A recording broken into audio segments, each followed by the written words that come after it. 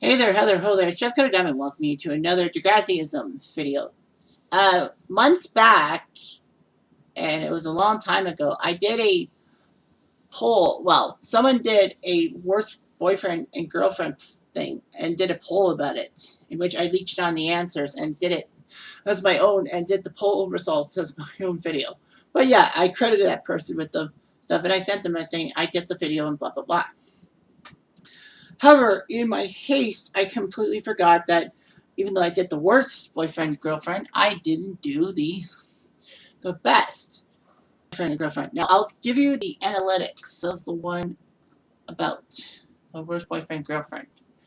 Of course, with the list being on Chrome, if I click on that video, it'll automatically play. And hang on, I think it'll tell me stuff.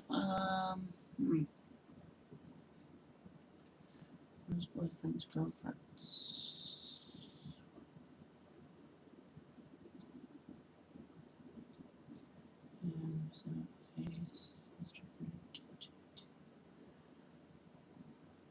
Where are the? Okay, there we go. Decay fill. That was about a year ago when I did it. Surprised, I did that a year ago. So anyway, yeah. Hang on, just one sec. Okay, record just since November 28th. So I did that November 28th, 2021. I did that Degrassi, and now I'm taping this on Christmas Eve, December 24th, 2022. Now, I looked at a Reddit post about the best boyfriends and girlfriends, and I could only find 6 good ones. 3 good boyfriends, 3 good girlfriends. And all that. There were some characters that were kind of in the middle, like Spitter, Holly J, and all them. Like Spitter, I didn't put as a good boyfriend because, you know, Spitter was kind of off-putting towards Paige and all that. I mean, he was good to Jane and all that, and to Darcy, but, you know, Spitter got bit off and all that. I know it sounded a little bit off, but anyway, it doesn't matter. Anyway, so I found 6 pure ones in the list. Now, of course, I'm not going to really rank them because, you know, they're 3 boys, 3 girls. So I'll tell you the best boyfriend, potentially the best boyfriend and potentially the best girlfriend. It's not really a poll, it's just basically what I think. So the first boy is Jimmy. And I feel in a way Jimmy was a good boyfriend to Ashley and to Trina, possibly. Yeah, Trina and to Hazel. I mean, Jimmy was the jock and got Ashley. You know, Jimmy and Ashley, the goth and the um, jock, if you will. But unfortunately, Ashley took ecstasy. Excuse me. What am I thinking? But anyway, what happens is that, you know, Jimmy and Ashley have a falling out because, you know, Ashley needed to get therapy for her drug addiction and all that. And Jimmy and Ashley almost were a pair again, but I guess Jimmy liked the old Ashley, wanted Ashley to stop being goth. Ashley kind of was goth after having Hazel and Terry taken away from her by Paige. Paige forced Hazel and Terry to choose who they wanted, and unfortunately, because they wanted popularity and they didn't want to be loners, they chose to be with Paige. Paige was a bitch in a sense. That's just how I feel. But anyway, Paige's problems aside, I feel in a way that Jimmy was a good boyfriend. It probably would have been it. But he told Ashley he wanted the old Ashley, and Ashley tried to hook up saying that this is the Ashley you're going to get.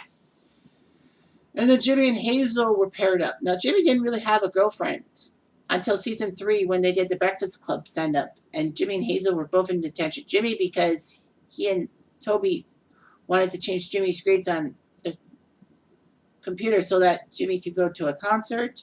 And he wore that shirt of the band he was supposed to go to if it wasn't for Toby writing him out.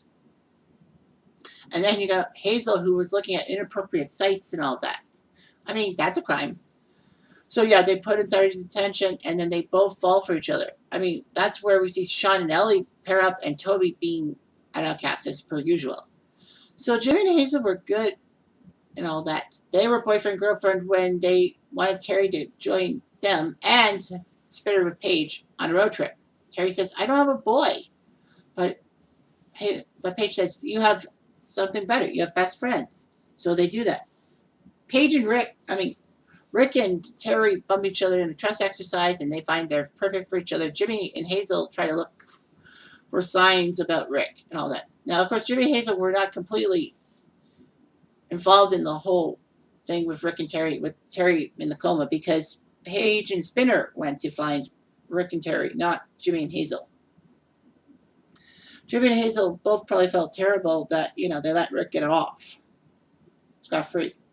Jimmy was a tormentor to Rick. We all know that. That's what people forget about that storyline. Yes, Jimmy got shot by Rick, but Jimmy was a tormentor until Rick told him that, he's suffering. And Toby, because now he's getting hurt by Spinner and crew, that now he's a target. Jimmy understands. Jimmy basically says, knock it off. And then they're angry at him. I think they're really angry. That's, Jimmy would defend Rick. So yeah, Jimmy and Hazel are there. Jimmy gets shot. Hazel sees Jimmy's desk and automatically thinks the worst because she heard it was a shooting. And so, sure enough, Sauve comes in and tells Hazel that Jimmy was shot. We'll get you to the hospital. So Hazel keeps vigil over Jimmy and, is happy with Jimmy coming back. Jimmy's good towards Hazel, and then he paints a mural in season 5, and there's a girl that looks like Ellie. And Hazel says, I know you don't have the balls to say it's over, so I'll say it. Jimmy, it was just like, maybe Ellie was stuck in Jimmy's head.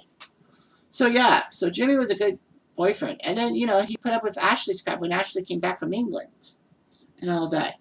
And Ashley, of course, was upset when Jimmy's rapping outshone her musical talent. So Ashley was really upset. I think Ashley left because she couldn't stand Jimmy. Jimmy was a good boyfriend. And even Katrina, the girl that he meets during rehab and all that.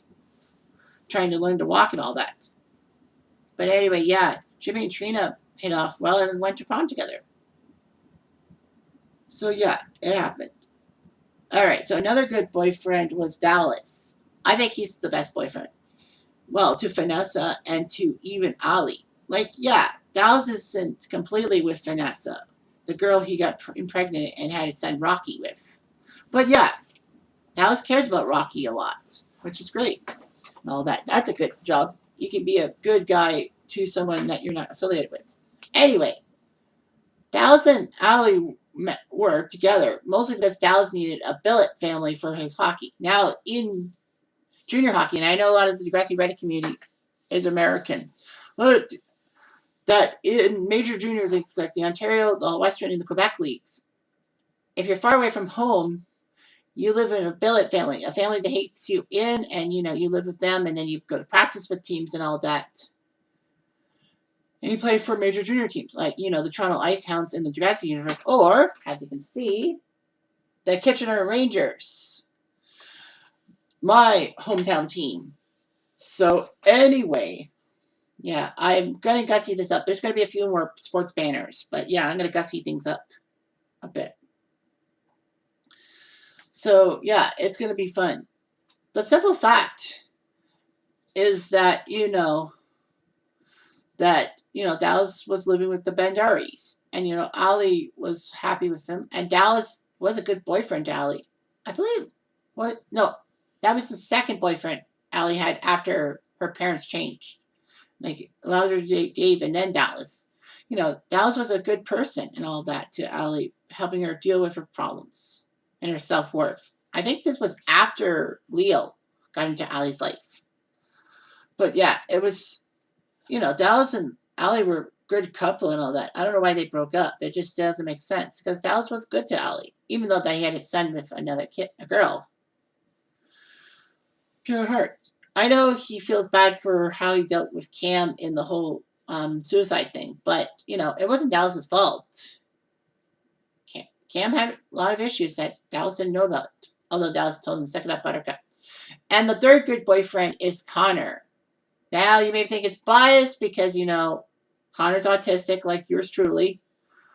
But the simple fact is, Connor was a decent boyfriend. I mean, I know he was crazy towards Claire.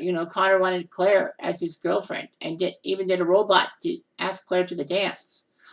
That's nothing new. I've done that, chasing girls and all that, and becoming a little bit of a prick. I've done that a couple times to girls who shall not be named.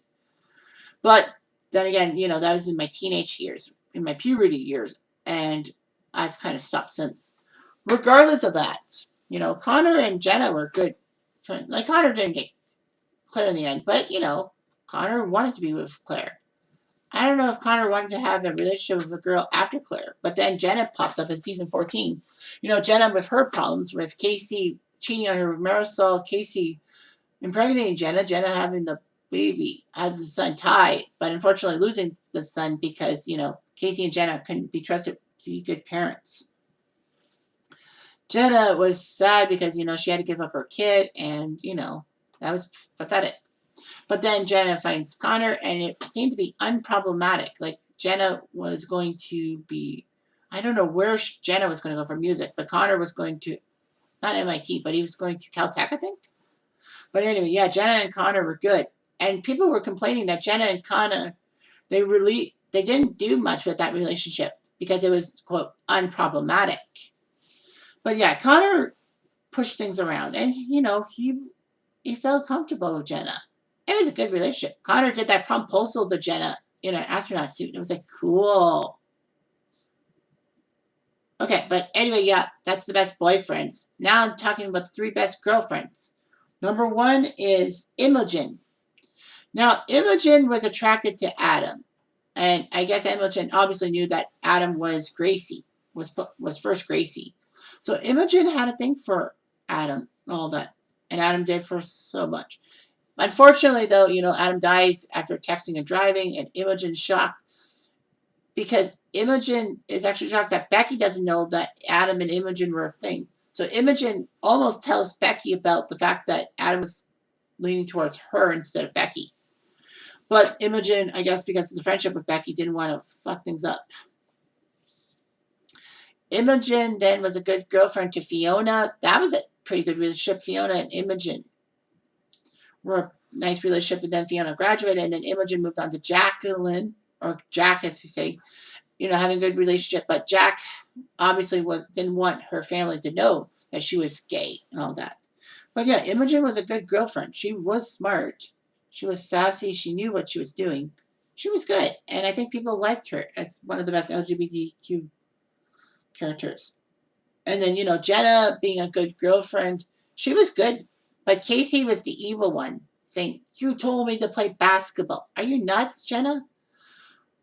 Wouldn't do that. Casey, you just want to shirk responsibility. Fuck.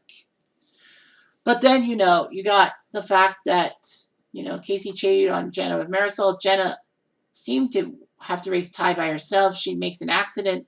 She gets Ty hurt somehow by accident, but then they take away the kid because they think that Casey and Jenna's home life is terrible.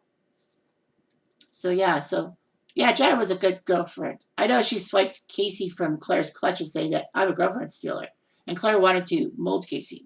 Now a lot of people say, you're probably thinking Eli and Claire should be best boyfriend girlfriend. Eli, I think, was a little bit manipulative, trying to get to Claire and all that. And Claire was a bit horny and all that. As some people recently have said on Reddit, Eli and Claire was like, why would Claire want to be with Eli, a goth guy? I mean, yeah, Claire and KC, but they were going to try to do the Sean Emma dynamic again. But then, Claire becoming a bitch and all that, saying to Eli, did you flip a switch and forget about me after 6 months? Are you nuts, Claire? And then Claire falls attraction for Jake, who unfortunately she's now related to because Jake's dad married Claire's mom, and that means Claire and Jake can't, have a relationship. Claire's upset. So yeah, Claire and Eli. Claire always bounced back to Eli, I guess because she couldn't make it up with any other people, even Drew. Although Claire thought she was impregnated by Drew, but it was Eli instead. Yeah, I think they were in the middle ground, but not like super good, like I'm doing this one. So yeah, Jenna did okay. And best of all, what about Rasha? Now Zoe wasn't the best girlfriend to Miles, and well, she wanted to be with Grace, but Grace was straight. But Rasha seemed to be big. Rasha, part of the Syrian group that got to Degrassi, and then all of a sudden she's a pretty good girlfriend. She likes Zoe, and Rasha and Zoe seem to be hitting it off and doing well. But of course, Rasha left her country because of prosecution, because Syria doesn't really believe in same-sex unions, and Zoe got kicked out of her house by her mom because she was gay. Well, not just because she was gay, but because with Zoe not getting roles by homophobic film and TV crews, that she just couldn't live off her daughter. So she married a gold digger. So she became a gold digger and married a guy for his money. I know Zoe got in trouble because she was parading Rasha around her mom's wedding. Like, I was wrong, but Zoe wanted to prove to her mom that she was gay. And of course, Zoe's mom refused to have anything to do with her afterwards. But the simple fact is that, Rasha was a decent person and made Zoe more likable. Zoe went from being likable in season 13, even though she got raped. Like, she was bad when she got mind trouble, and then she became a victim of rape, and then, everyone had sympathy for her. And then season 14, she turns that sympathy into a way to push people with Degrassi dudes. And luckily for her, she avoided jail time because of her lawyer. And then she was just made to be a redemption arc. So yeah. So those are the three best boyfriends and the three best girlfriends. I know you should fight me on this, but I'm just being honest. That's all. Anyway, I'm trapped.